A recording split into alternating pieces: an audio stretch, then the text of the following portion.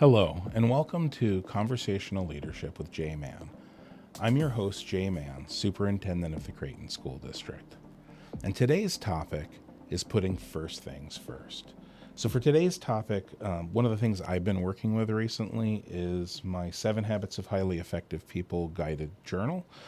It's actually a great book if you are familiar with 7 Habits of Highly Effective People. One of the things it does is it gives you, for each week of the year, 52 different exercises you can work through to kind of help you embrace all 7 of the habits. And so one of the ones that I've been working on recently is putting first things first. And that really came out of some conversations that I've been having with people who have been struggling because there's never enough time in the day.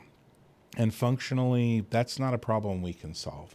Adding a 25th hour to the day has been kind of a joke that's been going around forever.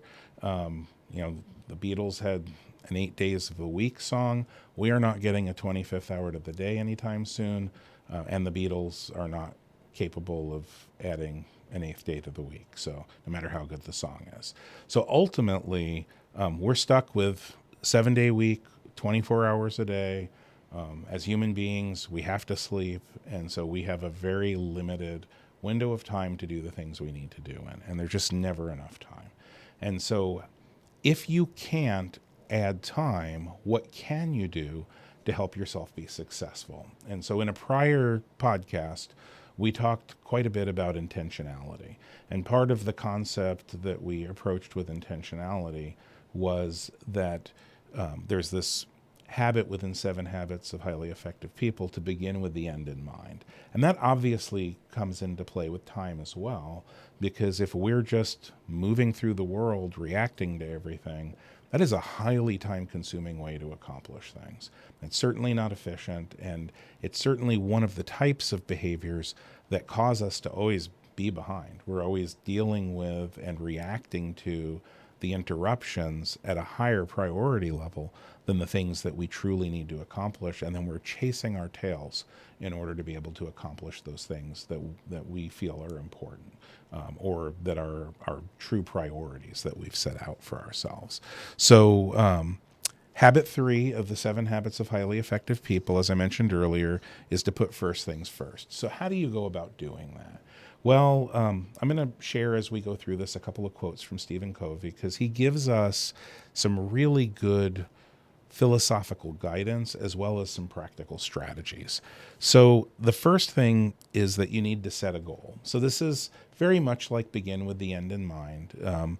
These might be smaller goals, though, what you're going to accomplish in a given portion of a day or a week. As opposed to when you begin with the end in mind, you're typically looking at longer-term projects and longer-term strategies. Stephen Covey says, happiness can be defined in part at least as the fruit of the desire and ability to sacrifice what we want now and what we want eventually. So what's important there is when we haven't set our goals, we don't have the ability to choose between whatever desire of the moment crops up and achieving that goal. And because we haven't really set those goals, it's very difficult to meet those goals. I remember one of my mentors when he retired. I had this really interesting experience where he came down the hallway. I was sitting with a colleague. We were working on something, and he said, I want to show you something. And so what he showed us was this piece of paper. And on this piece of paper, on his first day as superintendent in the school district, he had written down what all of his goals were. Those goals were what he wanted to do for students in the district, what he wanted to do for staff in the district, where he wanted to see the district years down the road. But they were also his own goals for his own financial needs, for his family's financial needs, for himself as, a husband and a father and a member of his religious community. And he wrote all those down and he put them in a drawer and he didn't look at them again. Now, I'm not suggesting you write things down, you put it in a drawer and you don't look at it again. Certainly there's value to pulling these things out and reviewing them. But what I found really interesting about this is what he was so excited about was he had come across this piece of paper, and everything he had written down he had accomplished over the course of his time as superintendent of the school district. And his reflection was, even though he hadn't been pulling this piece of paper out and reviewing it on a regular basis, he truly believed and could very effectively articulate why, having sat down and set those goals, and the physical act of writing them, because when we write things, it kind of etches them into our memory better, why that was a big portion of his success in ultimately achieving those goals. So you're never going to achieve a goal you don't set. We need to know what the goal is in order to achieve it. And so, this concept of happiness being tied to that balance between what we want and what we're willing to sacrifice to get it is really kind of critical to putting first things first. Stephen Covey also often talks about this as sort of the big rocks, right? There's the analogy of the jar, the glass jar, and, you have all these rocks and sand and pebbles, and, if you throw the sand and the pebbles in first, then the big rocks don't fit. But if we put the big rocks into the jar first and then fill the spaces, those open, empty areas with with the pebbles rather, and the sand, then everything fits. And so that's a physical manifestation of something that also happens when we're trying to work on our goals. When we try to deal with the heavy lifts and the big things that we have to do first, and then sort of fill in the spaces with the little things, we're often successful. But if we let the little things kind of drag us off course on a regular basis, we'll accomplish all of those little things and none of those big things. So the other thing that Covey teaches us is that you need to use your time well. So, when we're talking about putting first things first, it's not just about knowing what the priorities are, it's how we then use our time in relation to that. So he says the key is not to prioritize what's on your schedule, but to schedule your priorities. I know for me personally, if it's on my calendar, that's what gets done. So if I'm calendared to be someplace, I will show up there. If it's not on my calendar, I will not show up there. So I'm very often driven by my schedule. Whether that's effective or not in achieving my goals really is determined by whether or not that calendar reflects what my own priorities are. If I'm allowing myself to be calendared for everything except for what's important, then what's important isn't going to get done, and everything else will get done. And so if we really want to be successful and we want to make certain that those big rocks are getting dealt with and that our top priorities are what we're accomplishing, we really need to make certain that we're not being controlled by our calendars, but that we're controlling our calendars to ensure that we're able to accomplish those goals. The next thing that Covey talks about are the 4 quadrants. And this is something, that I think about a lot because it's one of the areas where I see teams and individuals really getting off course to where they don't accomplish the goals that they've set for themselves. So another quote from Stephen Covey, most of us spend too much time on what is urgent and not enough time on what is important. And so he talks about this as preparing for quadrant 1. So what is quadrant 1? I don't know how well you'll be able to see this in the video. If we can find something that we could attach, maybe we can go ahead and put this up with the podcast. But basically, Covey talks about 4 quadrants. Along the left side of the 4 quadrants, the top row are the things that are important, and the bottom row are the things that are not important. Our first column is what's urgent. So that's our column on the left. Our column on the right is what's not urgent. And so by virtue of this, we have quadrant 1, which is urgent and important. Quadrant 2, which is not urgent but still important. Quadrant 3, which is urgent and not important. And quadrant 4, which is not urgent and not important. So what are things that fit into these different kinds of quadrants? So let's talk about quadrant 1 first, because he does mention that we need to prepare for quadrant 1. Quadrant 1 is our management quadrant. This is where we sort of manage things. This is where, it's sometimes called the quadrant of necessity. And this is where we deal with crises, medical emergencies, pressing problems, deadline-driven projects, and last-minute preparations for scheduled activities, like those things you can't really do in advance, or by virtue of some of those smaller pebbles and sand, you didn't get to do them in advance. And so quadrant 1 is usually a lot of what is, easily makes its way onto our calendars on a regular basis. These are the things that we're supposed to be doing. Quadrant 2, again, this is our important but not urgent. This is our focus zone. This is where we dig in on quality. This is where our personal leadership comes from. This is actually where our team leadership can live as well, because this is preparation and planning, it's prevention, values clarification, exercise, relationship building, and true recreation and relaxation. This quadrant is the quadrant that is often neglected. This is the one that gets set aside because those things that live in the urgent and important, and often even the things that live in quadrants 3 and 4, the urgent and not important, and the not urgent and not important, end up taking precedence over quadrant 2, and they should not.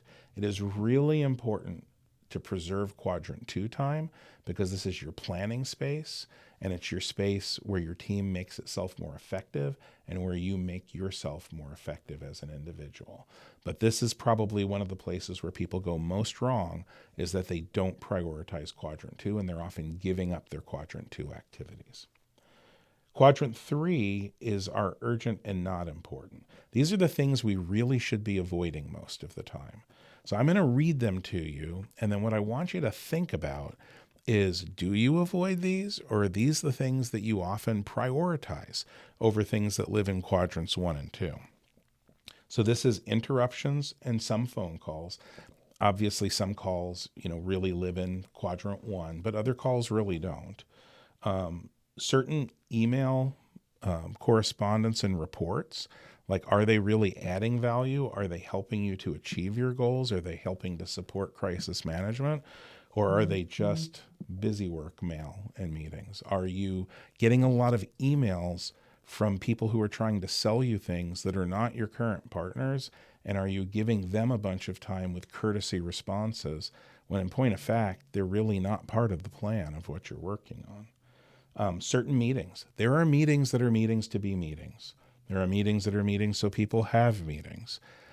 We shouldn't really be engaging in those types of meetings. If a meeting doesn't have a purpose, if it doesn't support quadrant 1 or quadrant 2, if it's not about managing and moving towards goals, or getting your focus back and making certain that the relationships are being built and the planning is being done, or that you're restoring the team or yourself as an individual, then those meetings are just meetings for meeting's sake, and those are not valuable. There are many matters that we think are pressing, but are they really pressing? Are they really important? And there's also just a lot of things that are activities. They're things that we do, but ultimately they don't necessarily bring any value. And in quadrant 4, this is the not urgent and not important. Covey refers to this as the quadrant of waste. Again, these are things to be avoided.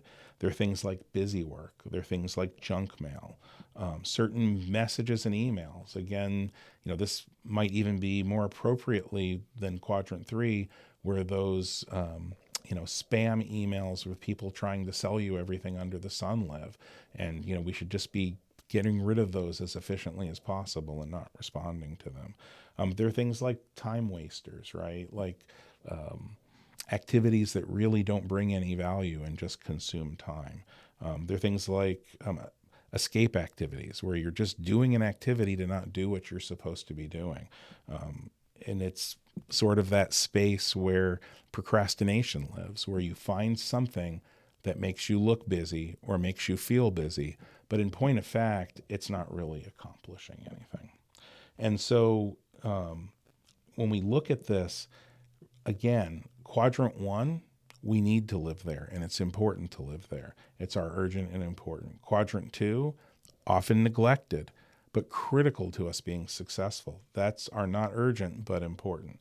But quadrants 3 and 4, those two not important quadrants, those are the places and the spaces and the activities that basically take away our ability to reach our goals. So earlier when Covey was talking about, what can we sacrifice in order to achieve our goals, and where do we place our importance? The things we should be sacrificing should live in quadrants 3 and 4, not in quadrants 1 and 2. So I mentioned earlier the importance of quadrant 2. This is where the saying you've probably heard a lot. I heard it to the point where it almost was something that caused a emotional response in me, but there is validity to it. And quadrant 2 is where we have this phrase from Stephen Covey: the main thing is to keep the main thing the main thing.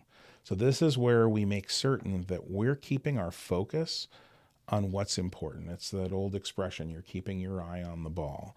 And the way that we do that is by ensuring that, we're actively involved in preparation and planning activities that bring high value, and that we're also maintaining those activities that also help to restore us. So where does the rubber meet the road here, right? Like, all of that's sort of philosophical. It's a way to approach things, but actively on any given week, what is it that I do differently to ensure that I'm accomplishing these things? Well, again, going back to another Stephen Covey quote, if you were to ask me what single practice would do more than any other to balance your life and increase your productivity, it would be this: plan your week before your week begins. So having intentionality in planning ahead. So remember, we started off with one of the concepts that we talked about was that if the calendar drives you rather than you driving the calendar, you're not going to be successful. The way you drive the calendar is to make certain that you're planning your week, not that you get into the week and then you're just trying to figure it out as things happen. So one practical way that you can do this is if you either do your own calendar or you work with someone who manages your calendar for you, to make certain that the week prior to any given week, you're meeting with that person, you're reviewing your calendar, you're removing things that are quadrant 3 and 4 activities, and you're ensuring that the quadrant 1 and 2 activities, especially those quadrant 2 activities, are planned on your calendar.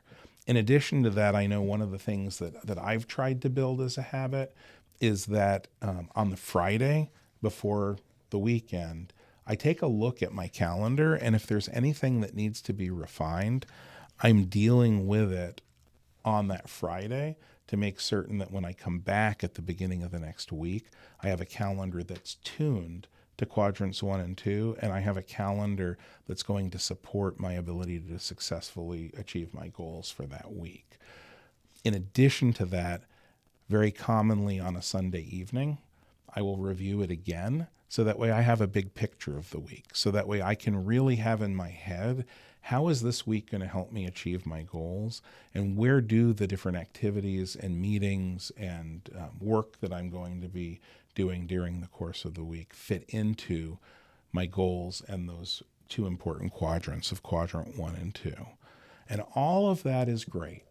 All of that will set you up for success. But if you don't make certain that you're doing this next thing, all of that will be for naught. And so ultimately, what you need to do is stay true in those moments of choice. So what does that mean, stay true in those moments of choice? Well, Stephen Covey says, use your independent will and maintain your integrity to the truly important. This is about will and integrity. You need to make certain that you have the willpower that when a choice comes up in the moment to abandon something important for something that's not important, can you differentiate in that moment, and can you make that choice? And do you not only have that integrity to ensure that you're doing the things that keep you on track for your goals, but you also have the willpower to stay the course? Sometimes that willpower can look like, and we talked about intentionality earlier, and how willpower can get weak when we're tired, right? Or when we've used it a lot. So when we think about willpower and we think about integrity, I always like to use a delicious piece of chocolate cake as my example. I can resist chocolate cake all week long, except for when my willpower is exhausted. Then all of a sudden that chocolate cake looks even better than it looked when I had all of my willpower intact. If I'm tired, low on willpower, low on energy, that's when I'm likely to cave. And that's the moments, not necessarily specifically related to chocolate cake, but those are the moments during your work week where you're likely to cave. When your will's exhausted and you're tired and you're worn down and a choice gets presented to you, you can show up for this important planning session that lives in quadrant 2, or you can be there to help support and coach a team member that lives in quadrant 2, where both of you are sharpening the saw, you as the coach and them as the role that they perform on the team. And sometimes we say, I'm going to choose to do something that's not urgent or not important instead. Or an opportunity gets presented to go do something that doesn't live in quadrant 1 or 2, or takes you off course from your goal. And it might be tempting in that moment for other reasons. Might be a trip to a bakery to get a piece of that chocolate cake. But those are the moments when we don't stay true, when we don't maintain our integrity, when we don't exercise our willpower to ensure that we're doing the things that we need to do, that we're making those sacrifices that will ultimately help us be successful in achieving our goals. That's where we sabotage ourselves. So all that planning is important and all that work is critical, but it can all fall by the wayside if our will is weak and our integrity is not strong. So ultimately, by doing all of that, the key is that we're eliminating the unimportant. Ultimately, what we're doing is we're ensuring that the time that we are spending is focused on the things that are important. And this doesn't mean, don't misunderstand me, this doesn't mean not spending time with family, not taking time to exercise, not taking time to do activities that help rejuvenate and restore you. Those are important activities. Those are quadrant 2 activities. Those are not the things you should be setting aside. What you should be setting aside are the things that live in quadrant 3 and 4. So don't mistake those as being unimportant, because they are very important. But at the end of the day, what we need to do is be assessing each activity that's on our slate and on our plate, and each interruption or potential interruption that comes our way. For does it help us continue to move towards the goal, or does it help support us to be successful in moving towards the goals? And if it doesn't, then those are the things that we need to set aside so that we stay focused and we're able to be successful. So hopefully that made some sense and is useful to you. Appreciate your time, and please join us again in the future for another Conversational Leadership podcast.